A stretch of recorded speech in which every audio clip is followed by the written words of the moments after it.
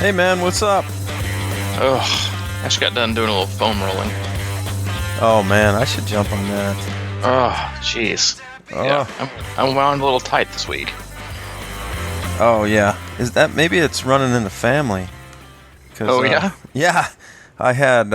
Remember last week I went out for that breezy 10-miler, and yesterday I went out for a torturous 6-miler. Like so much for swim being good for your run. No, I had. Well, when was the last time you worked out? Because you traveled all weekend. Yeah, so, I know. A lot of sitting in the car, man. It was. Yeah, that's never good for you. Yeah, so I went after that 6-miler with kind of the first hill run in a while too, and it was a little brutal. Well, lesson learned. Yeah, man. But hey, you know what? Like I tell most of my athletes, not every day has to be fancy. This is true, and today was definitely not that. Or yesterday. Yeah, so how you doing today, man? I'm doing really good. It's nice and sunny, and have a little recovery week for me, which is much needed. I'm pretty beat up. I need a couple days to get back on the horse before my next little training block. But no, other than that, I'm doing real well. That's good. I'm doing good too. I was doing a lot better until I got your text this morning, but I'm recovering. Are you? What? Are you recovered from it? Yeah, man, I'm good. Okay, good. You know, and it's kind of inspired. I mean, you always need that. You need to be inspired, right? Yeah, I don't necessarily think that you always need to be inspired. You can inspire yourself, but I think it's always a nice little kick in the pants. Right. It's sort of a. I want to call it bulletin board material. That's perfect, man. It is perfect. I know. I nailed it. Yeah, bulletin board material from my homie. Yes, from your homie. Anyway, we might get into that later. But anyway, let's dig into this podcast here. As we know, we've been running out of topics, so no, I can't let it go, man. I know you got to let it go, man. You got to go. All right, let's just say we got a kind of our first bad review this morning, and we've been joking about it, but it's actually a good thing because when you get a lot of good reviews, it's like, all right, yeah, I don't trust this kind of thing. But now it's getting to reality, and exactly. It's now we know we're hitting a wide variety of people. Right. You know, whenever I talk to my employees about sales, I say, listen, you got 10% of people who are always going to be happy. Mm-hmm. And then you got 10% of people who are never going to be satisfied. Mm-hmm. And then you got 80% of people who you have to convince that what you're selling is what they want. Right. And so that's why you can't really, you got to ignore some of the, it was pretty crappy, I thought. But obviously, this young gentleman was missing the point of the dog cast. And first of all, who hates dogs? That's your first tip, right? Yeah. If you hate dogs, don't listen. I mean, I'm just going to throw it out there. If you hate dogs and you hate all animal and wildlife, you probably shouldn't listen to our podcast. Yeah. And I guarantee you more dogcasts are on the way now. I mean, I've been we drop Monday and Thursday, so every Tuesday, Friday we're going to drop a dogcast. I've already been outlining them, and perfect. It's so important. But all right, but yeah. Anyway, we have gotten a lot of great emails and a lot of topic requests and ideas for shows and things like that. And that is the whole point. Yeah, right? It is the whole point. And I mean, good gracious, you listeners came on strong. Yeah. I mean, you're definitely a little bit more like Mike than you are like me. You're procrastinators. Mm-hmm. And so I remember I think I woke up at, I don't know, we had already released the dogcast and already recorded the follow-up that went out later on Monday, but I think we ended up totaling close to 20 emails. Yeah. And after the dogcast one came out, I know my inbox blew up from people chiming in that as much as they loved you and Maddie, they wanted some real stuff. And we got some really awesome topics, and we covered that in our last podcast, podcast 1 about listener emails. And today we're going to dive into some other ones. Yeah. And we're going to kind of focus on, overcoming anxiety, overcoming a lack of confidence, and building from negativity. I guess that's kind of a way to sum it up. Yeah. I think we had questions regarding that, and then we also had a lot of just personal stories from people who shared their, part of their journey was, how they grew from, of having negative feelings about themselves, and then or other people thinking they weren't going to succeed. And so I think we're definitely going to cover a lot of bases in this one. Yeah, and I think if it's cool, I'm going to start because one of the first questions was about swim anxiety, and we all know that I'm kind of the poster child for that activity, or at least I was back in my day. And I thought I would just kind of, since, when I first started, my first was a sprint, and it was kind of this deal where you jumped off a pier, and it was a staggered start, and you could see the turn buoy, and it wasn't really that big of a deal. It always is kind of a big deal when you're jumping in a river for the first time, maybe, but the real battle with my swim anxiety started on my first Olympic. It was in a river in Ashland City, and it was kind of a gloomy day or whatever. It was the first time I ever did a group start with my age group. There's probably like 40 or 45 people, and it was the first time I was in a corral of sorts in a swim, launch. And I'll never forget the feeling. It took me maybe 10 seconds before my chest felt like it was going to blow up once they started, because people were, and I want you to get into this a little too, because I'm sure you've had athletes go through it, and of course me, but my experience was one of the hard parts about, the first time you do a long open water swim is actually when you look at the course, you're kind of like freaked out by that if you haven't really seen it before, even though it was 1,500 meters, which is isn't that long anymore to me, but it's still, I couldn't really see the turn buoy out there. You could, but it was kind of like way the heck out there. It just seemed so far. So I was kind of beat before I started in a way, and it was all I could do just to get across. It was a rectangle, get across the first short edge, and I probably spent 5 minutes hanging on a kayak at that point. And what I find so interesting about it is that, honest to God, that was a pivotal moment in my triathlon career, because, and I think probably a lot of people this has happened to them, that first time they do some kind of mass start and they get that anxiety going and they can't breathe and they're just so overwhelmed by the whole thing. And then you just either have to tread water or hold a kayak or a buoy or whatever. And I hung in that kayak, and I was more than 50% sure that my next move was going to just be to swim back to the shore. And it was at that point when my triathlon career was genuinely in jeopardy. And it was, not only was I going to swim back, I was going to swim back, get my stuff, and just jump in my car and get the hell out of there forever. But somehow I drummed up the energy or the confidence to keep going. And it was a really, really long swim for me, but I made it. And that's why I always say to anyone that will ask me about swimming, and I always say that you gotta go slow in the beginning. You gotta go like twice as slow as you think you need to go, because you're gonna be going faster than you think. Oh yeah, I mean that's the same. That's the same with all three sports. Yeah, I mean, like true, but it's more dangerous in the water. Yeah. I mean, it's dangerous in the water. It's dangerous coming out of T2 when you're about to start running. Mm-hmm. Your legs feel weird, and your turnovers different. And you look down, you're like, I'm probably doing 9-minute miles. Okay, I'm doing 6:30s. Yeah. and you can ruin your race. Mm-hmm. A lot of people do it, and then swimming is the same way. I mean, but the biggest difference with swimming is when you get anaerobic and almost hypoxic so quick, it's hard. You can't catch your breath under the water. Yeah. And that's what just really gets people into this just like dramatic and like almost debilitating panic. Mm-hmm. And,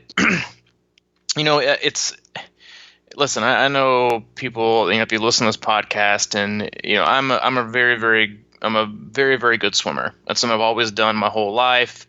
How can you relate to, that kind of anxiety and not knowing and being scared you're not going to finish. But, what I could tell you is that, two things. One, that I've worked with so many athletes. I mean, I really wanted to get Teresa Steele on this podcast, but it was a little bit too late. But, she's a individual who I worked with a couple years ago who had literally hadn't been in the pool past her waist in 20 years, just mortified of water, and open water especially. There's this thing about open water that just literally terrifies people. Right. First off, you're not going to get eaten by anything, so you're going to be okay.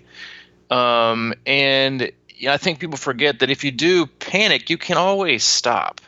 I mean, you can always stop and tread water, but it's that overwhelming fear that people have that it ruins their whole race. It ruins their psyche and their mindset, and they just feel like they cannot do it.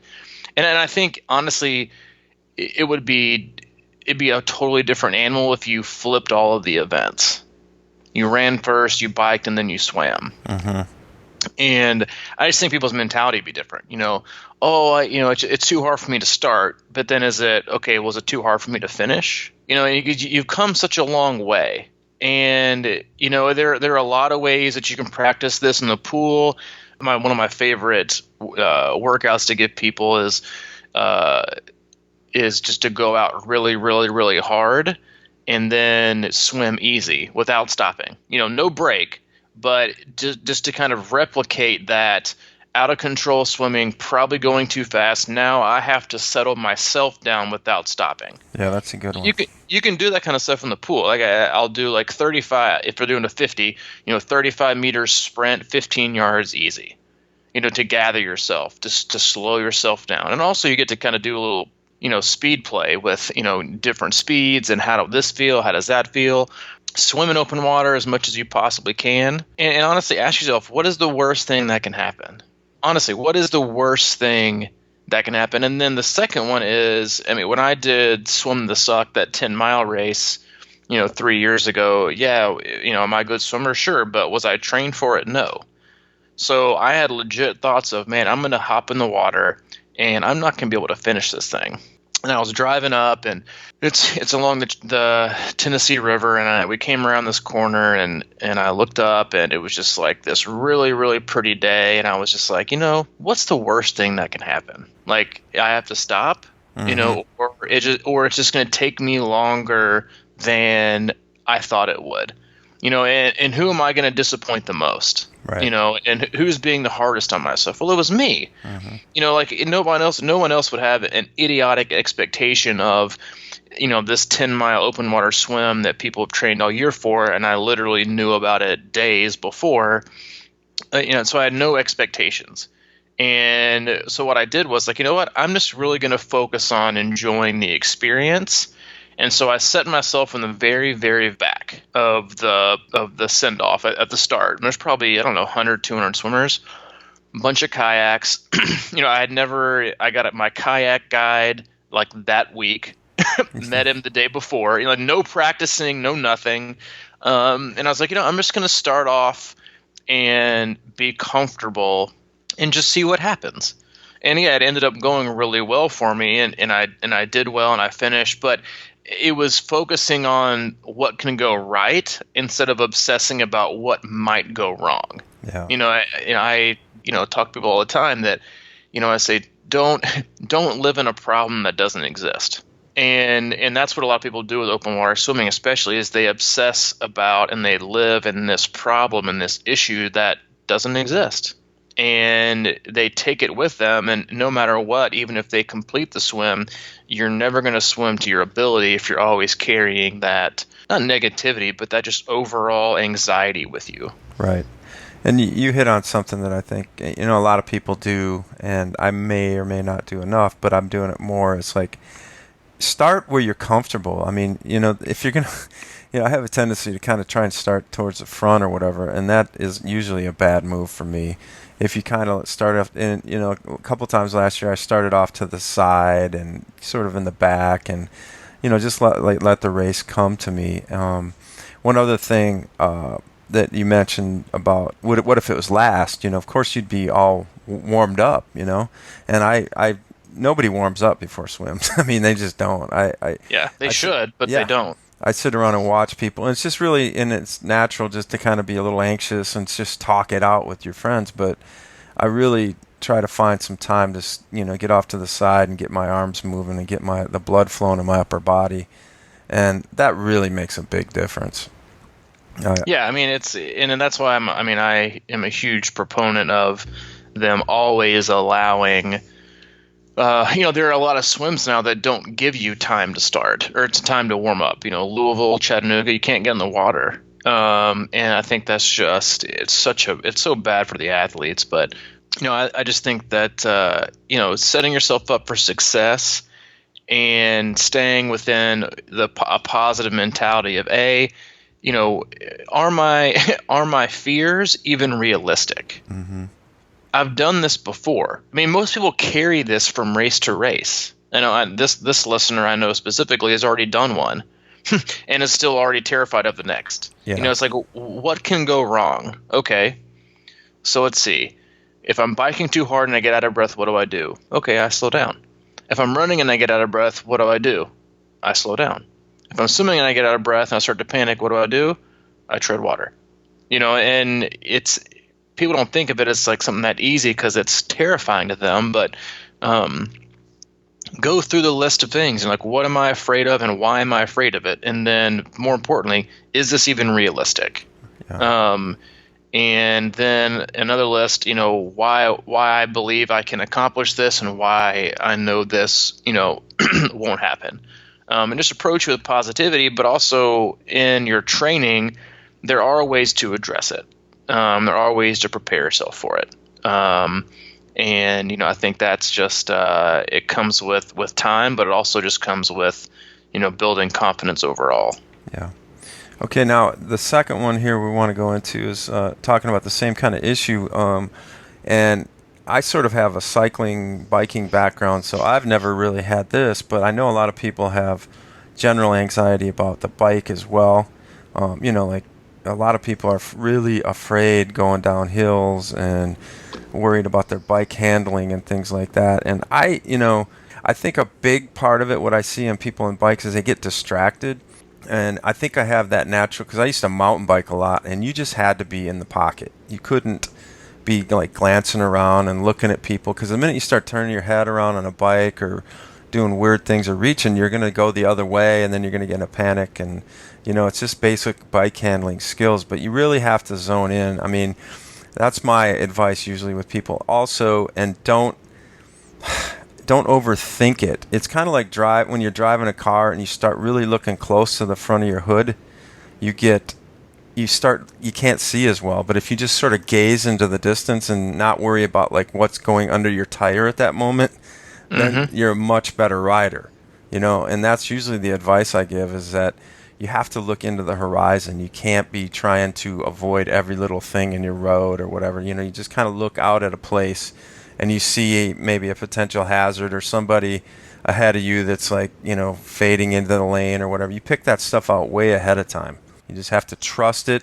One of the other big things is like in mountain biking anyway, and it's the same thing in a lot of ways, is you just have to trust what's going on. You can't be worried about every little thing that might get in your way or whatever. You have to just kind of throw caution to the wind and go, and it's much safer. Yeah, it's always safer. I mean, people don't think of it this way, but it's easier to take a corner. I guess the best example I can give is when you have these races and there's like an immediate U-turn. Mm-hmm. And you've got to you've got to go around the cone and do it's like an out and back. The only time you see people fall over is when they slow down too much. Oh, yeah. That's it. You always see them fall over when they slow down too much. It's harder to handle your bike with less speed. But again, like you said, it's stay in the moment. But it's also kind of know your strengths and know your weaknesses. If you're a great descender, then put yourself in that kind of position. If you're not a great descender, hug the brakes, get up in your hoods, and be okay with it. It's, for me, I mean, I can somewhat kind of relate. I'd consider myself an average, cyclist with average to slightly above average handling skills. But for me, it's never, it's the same. I have the same mentality as like when I'm in a car. I wouldn't wear a seatbelt if the roads were clear. But I wear one because I'm more worried about you than I'm worried about me. Yeah. And I think it's just being mindful of other people, but not being so mindful that you kind of lose sight of, like you said, of the horizon, and focusing on that. But a lot of people do, their mind wanders, and it's a lot like in trail running when your mind wanders and you decide to kind of like look up and soak in all of the scenery. Mm-hmm. Well, you just made a wrong footing and now you're toast. Yep. It's depending on how technical it is. You just can't. You always have to be in the moment, and you can't let your mind drift and mind wander. And that takes practice and it takes focus, and it's training that I think can only come just between the ears. And get out and ride with people who, who you're around the same skill level with. I mean, you and I have been on, rides together before, and we've ridden, 5, 6, 7 deep pretty fast and in some pretty crappy conditions. And you just gotta, you give some people more room than you give others, but you just kind of, you better hope you're wearing a helmet. But, it's like, it's the same thing. The more you obsess about something going wrong, the more chance it is to go wrong. People always say that, and this may not be the exact quote, but it's once you can think a problem into existence. Yeah, and you can think bad things into it by just by obsessing about them, and it changes the way you do things. And the same way goes for cycling. It's just like if you think you're going to wreck, you're going to be so tense that somebody's going to come into the foot of you and you're going to freak out and swerve 20 feet the other way, and then you're going to crash, unless you just kind of hold your line and do your thing. But yeah, I mean, it comes with practice. It comes with riding with other people. It comes with being mindful and practicing small things like putting out cones in a parking lot and practicing taking corners. A lot of people just don't practice any of those kind of fine details anymore. They just kind of get out and ride, and you can lose oodles of time on courses. Wisconsin is a great example.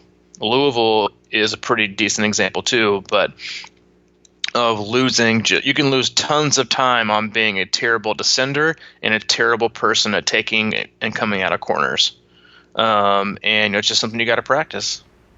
Yeah, and that whole looking ahead thing, I think with a lot of times the riding the brakes is a bad idea. It's like I always try. It's almost it's the same as driving a car. You want to be a defensive driver, and that means kind of looking out ahead, and you got to see what's coming, and you don't necessarily want to pull up behind a mess and just slam your brakes on, even though you see it's coming. You kind of plan ahead, and you can kind of get out of that line, or you're just be out ahead of it, man. That's what I always say about cycling is that, if you get, it's like looking through a windshield when it's raining and you're driving. If you start focusing on the rain hitting your window, you're done. You're done. You got to look out. You can't. You got to look way out because you won't be able to see anything.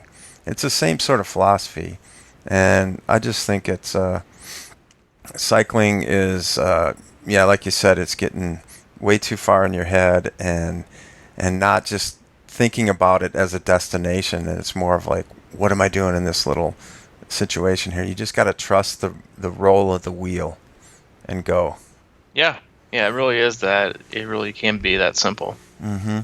So as we kind of touched on that a little bit, but we're going to look at building overall confidence in maybe triathlon or in general, or training and how far you can push yourself and maybe what's too far. And, I'm going to let you go first on this. As far as confidence, for me, it's always about just building up slowly and just doing it. I mean, confidence is experience, right?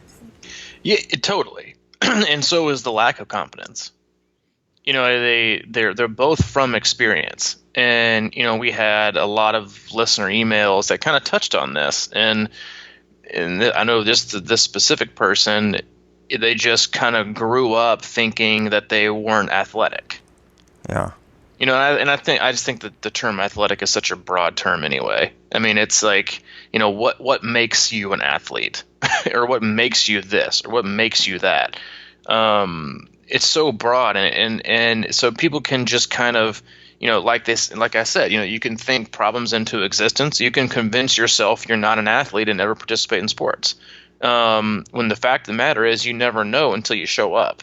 And, so I think that for some people, when they get into a sport like this, as so many people do after, a long layoff coming out of college, or, using it as a means to meet new people or give themselves a way to be healthier or a bucket list or whatever it is, a lot of people come from this is a sport where you can be the greatest in the world, and an incredible athlete. I mean, if you've been to any race, you see all shapes, all sizes, all abilities, all ages.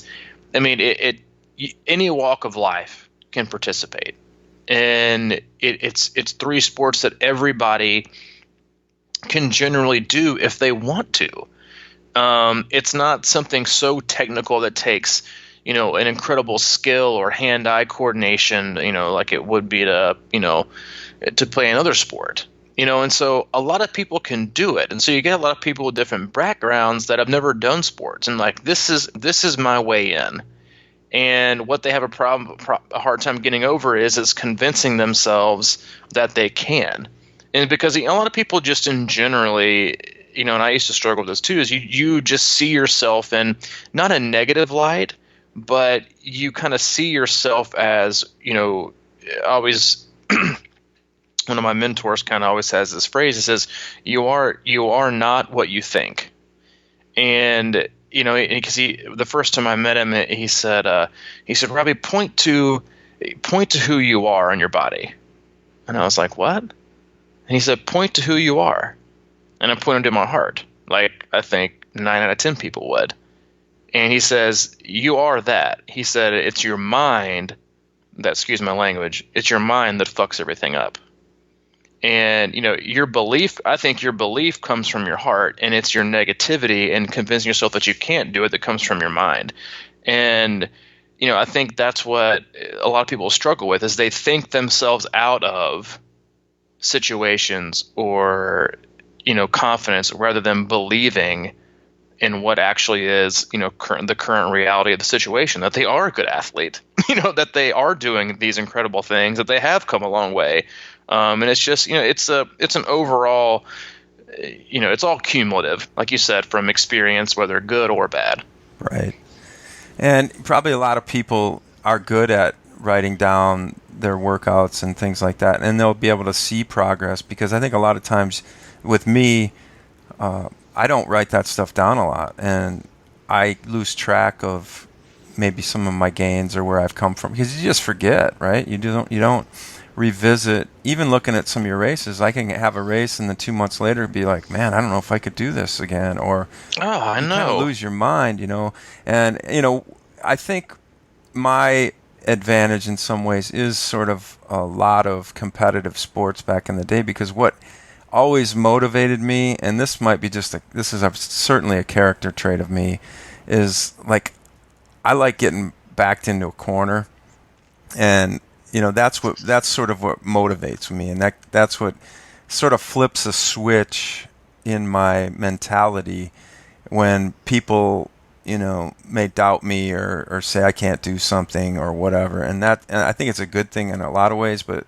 a lot of times I forego planning and preparation to be put into that box just to come out of there and show people. And I don't know if that's a healthy thing, but my confidence usually arises from facing a daunting task. And it's almost like you're jumping off the plank and you gotta, there's no way out. Here you're at. Yeah. It's either you do it or you don't. And I, always side for doing it until death. Yeah. I mean, it's true, but I mean, it also, confidence is also, in my opinion, about managing expectations. Mm-hmm. And we so often, and I used to be like the king of this, is placing these outrageous expectations on ourselves. And and Ironman is one of those where you sign up for an event a year in advance with this, and everybody signs up thinking, all right, I think I can do this time XXX. Well, what makes you think you can do that time? Not higher or lower, faster or slower. Yeah, you're good at. And what life circumstances are you adding into this? I had an athlete, this last week or two who's like, I really, really wanted to go this time, but I just don't think I'm going to be able to do it. And I said, that's okay, but hoping to get something, I think is something you need to earn. And you can't hope to go this time unless you've hit every single workout you've done. You haven't missed a day. You haven't been sick. You haven't had any unfavorable, stressful life circumstances. And this person had. And but you also, this person forget like how far they had come, even though the training wasn't perfect. And so you always got to kind of remind yourself as to, I've said this a million times on the podcast, but expectations are usually just future resentments, because you set the bar so incredibly high that it's not that it's not attainable, but it's that it's only attainable if everything goes perfect, and life ain't perfect, and things don't line up. And the best thing you can do is just do the best of what you have. And so I think that, for a lot of our listeners, if you have issues with confidence overall, it's, go back and look at how far you've come, and did you ever think you'd be able to get to where you are right this day? And if the answer is no, then I would say you've earned a lot of confidence, because you've already overcome what you thought you could never do or who you could never be. And so who's to tell you that you can't go any further? And so it's just about putting limits on ourselves, mentally, physically, emotionally.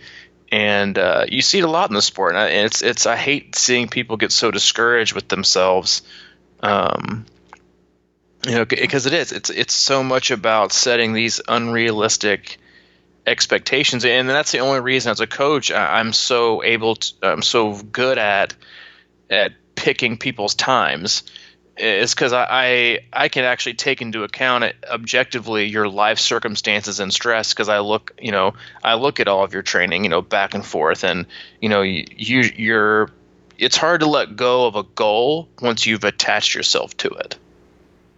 Yeah.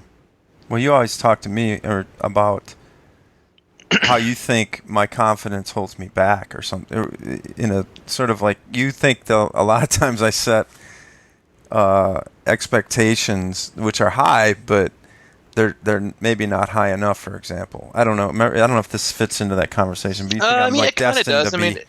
I think sometimes in two ways. One, I think that, and I think this is like the year you've kind of learned somewhat that, being backed into a corner is, and having that be, being backed in a corner is also kind of code for procrastination. Yeah, and it's true. And I can do it at the last minute, because I am athletic, but I think that, what you've kind of seen is, all that time I'm sitting in the corner waiting for you to come at me is time wasted. And, what if I can get out ahead of this thing who's chasing me to put me in a corner? And if I happen to get there, I know I've already got the tools and the mentality to get out of it. But it's that confidence, or I can do things differently because I'm athletic. It's like, we all think we're really special in some kind of a way. We're all unique, but we're definitely not probably the first of our kind. And so I think, yours is that procrastination piece where, yes, can I come out fighting, and can I naturally, it's for me, it's swimming. Can I, if I really put in a ton of work, could I just be like a really, really, really high level swimmer? Yeah, I could. But sometimes even in my training, it's like, I'm okay skipping a day. for the swim, because I know that I could probably hop in and still, be one of the first out of the water because it comes naturally. Yeah. Does that mean that's a good mentality to have? No, that's a terrible mentality to have. You're kind of resting on your laurels. It's like, because eventually people are going to be catching you. It's over time, and so I think that there's, with that confidence also needs to come that respect of having certain abilities and making sure that you're maximizing them and not taking them for granted. Right, and in all honesty, I realize that really that's code for building an excuse into my game plan too, and we all do it. Yeah. We all build in excuses. Yeah. So let's talk about how we can grow from negativity. And a lot of times throughout my evolution in triathlon, that negativity has come from, friends that I had at the time who really didn't want to see me change or grow.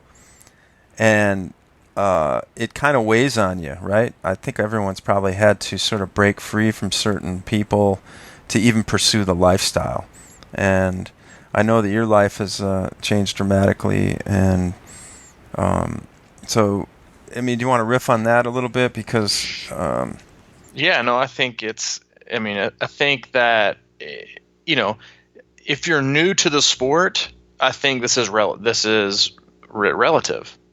Because if you're new to the sport, you probably just haven't been not doing any kind of endurance events or running or biking or swimming, and you haven't just had a bunch of triathlete friends, and all of a sudden you're like, oh, I guess this sounds like fun. I guess I'll do it.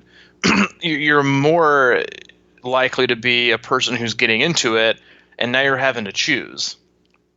This new lifestyle, whether it's with different people, whether it's a total lifestyle change, which honestly is what most of the emails we got were from a journey standpoint. It was like a total shift. It wasn't just a triathlon shift. It was a mentally and emotional and sometimes even like a spiritual shift in the direction they were taking in their life. Or it preceded or superseded it. And so it's definitely relevant, as far as like losing friends. And I don't know, I use that term loosely as far as, like losing friends. If real true friends, you're not going to kind of lose, in my opinion. Yeah. Acquaintances and people who participate in your life is what I always like to say. And for me, back, 3.5, 4 years ago, I had a totally different set of Robbie's life participants, and I chose to make like drastic changes in my life. And I know that I had a lot of people who, didn't think I was doing it for the right reasons, or didn't even think I had, any issues I needed to deal with. And so, and I've dealt with just tons of negativity before. I mean, epic loads of it. And I sent this in an email. I think I CC'd you on earlier this week. Is like, you have this mentality of like, I'm going to prove all these people wrong. All these people, want to see you fail. So I'm going to do this. I'm going to do this thing, and I'm going to prove you wrong. And what you're doing is you're stealing from yourself. And I think the phrase is like you're letting somebody, live in your head, rent free, because this other person doesn't give a shit. It's like about they just said it and they're going to go on with their life. They don't even care. And so instead it was like, hey, how about I just prove myself right? I do believe I can do these things. I do believe I'm capable of it. I mean, 3.5 years ago, I was at a point in my life where I had no car, no job, no money, no place to live. And with negativity coming into my life. And it was, all right, do I want to focus on proving all these people, wrong? Or do I want to rebuild and continue to build this wonderful life that I know I'm worthy and capable of having? because then I get to keep it for me. because when you don't, and you do it despite somebody else, or you do it before somebody else, you're chipping away at the value you just created within yourself. And who the hell says you have to share that? And so honestly, do you want to share it with somebody who doesn't care? Or do I want to share it with somebody like you, Mike, who has been a great friend to me for 5 years now, and my wife and other friends, family who were very much positive influences. Like, what's a better route to take? Is it be humble, try to live the best life I can, enjoy it, and just tune out the negativity and just be positive, and let people appreciate that and be happy with you and for you? Or do I want to always make it about what other people think and proving them wrong? Right. And, I think that, if you're at that point, whether it's losing friends within, your inner circle to go choose a healthier lifestyle, or if it's like proving somebody, wrong or right, it's always do it for the right reasons, and make sure you're not stealing anything away from yourself. Yeah, it ultimately comes, it comes down to you're living outside of yourself and trying to get back in. And like I would use an example, it's an analogy just basically from this weekend. Then when I went up to, you go to a conference, or it can be an Ironman event or whatever it is, with a bunch of people around, and if you try to be everything to all of them, nothing happens. So when I went to this film festival, I was really focused on, building maybe one or two really strong connections with people in the same field. And I think that can be sort of said for Ironman events or what have you. And, just kind of, go there, be with good friends and meet some good friends, and try not to be everything to everyone. And so what's happening now is, when I got into training, I was in my late 40s, and I started feeling a lot of, kind of backlash from people that I'd been running around with who are getting old and, I think afraid to make that step, or didn't believe they could do it. So there's always this drag you back into the circle kind of thing. But what's been interesting is over the last year or so, after 4 or 5 years of me being in the endurance lifestyle, some of these friends who have remained friends of mine are starting to get into it now. And it just goes to show that they always wanted to do what I was doing, but because they weren't ready or didn't have it inside them, that would come out as a critique. That would come out as negativity or some kind of a sabotage, something that would try to sabotage what you were doing. Right. And that's really, criticism and all that kind of stuff is just fear. We just released this film, to the world, and it was reviewed by all these major newspapers. And what I learned about critics and people that are critical is that's what they do, That's just what they do, but that doesn't mean there's anything wrong with you, or, if you're centered in what you've done and you're comfortable and confident in who you are and what you're doing, that stuff doesn't matter, because the critic's job in that case was to find something wrong with my film or what I was doing. And I learned that, if there really wasn't any bad stuff in there, that was a good thing, Yeah. It's just, it was like, that was a glowing review if it wasn't terrible. It's like, what is that? So I think people, it's just like we were saying, I think this morning, is like, that's just anger. It's always, people that are critical and judge. And, and the reason I even say that, because that's been a big history of my life too. I've been, I noticed that I'm very critical on a lot of things, and I don't like it, it just puts you in a bad place. And, life's too short and we're all human. Why are we trying to, disrupt everybody else's, passions or dreams or stuff that, they want to do? Why do we do that? Yeah. That's it. It all comes back on the person igniting the fire. Something's wrong inside. And we all know that, I think. We just forget it. And that goes back to just that confidence thing. I think we all know that we're growing and getting better, but we just forget. And it's good to have reminders that,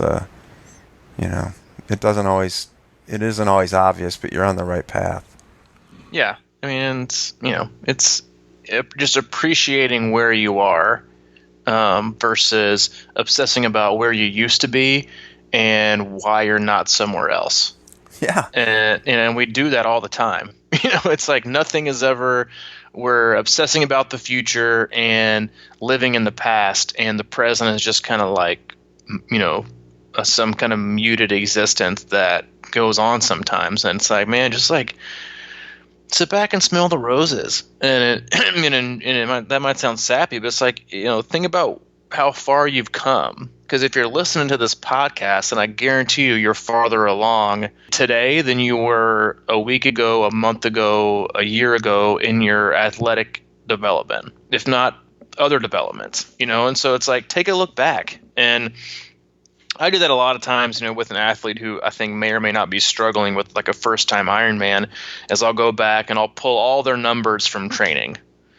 And, you did, 150,000 yards swimming this year. You biked 1,700 miles. You ran 680 miles, all for just this one day. So tell me again, you don't think you've done enough. And little things like that, because we just forget. It's just crazy, man. We just forget. We forget what we have accomplished and how far we've come, because we're always either kind of looking for more, or it's just human nature to always want more and to look for more, and it's the but syndrome. I did this, but I could have done better, or I could have done this. It's like whatever. Yeah. It is what it is. Yeah, and it. Really, as long as you're in triathlon, it's never going to change unless you can change, where you're at inside your head. It's the approach that changes. Nothing else changes except your approach and your appreciation for, not appreciation, your acceptance, and just being okay with it. So there's your Dr. Phil lesson for the day. Yeah, thanks, man. Hey, I really appreciate it. I think we ought to wrap this one up here. Yeah, I agree with you. Thanks, buddy. I appreciate being in this moment with you.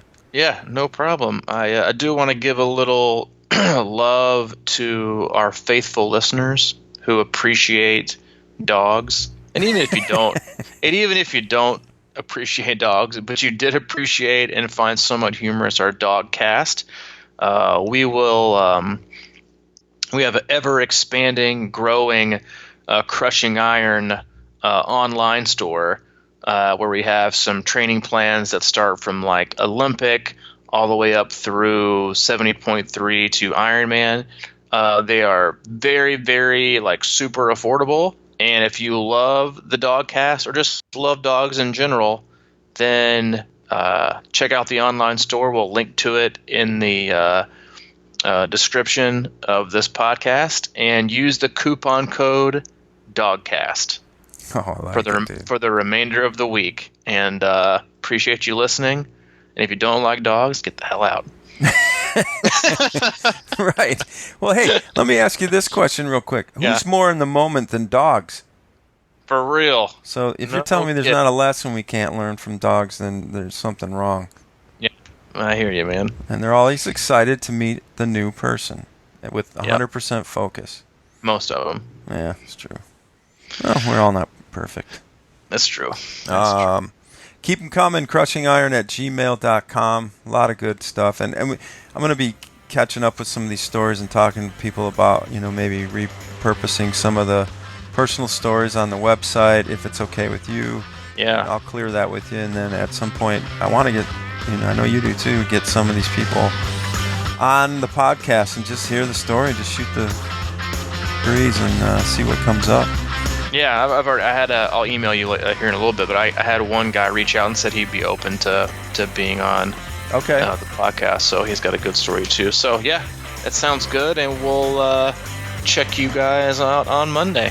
Love it. Love you, man. Love you guys. All right, man. We will talk to you soon. Sounds good, man. See ya. Bye.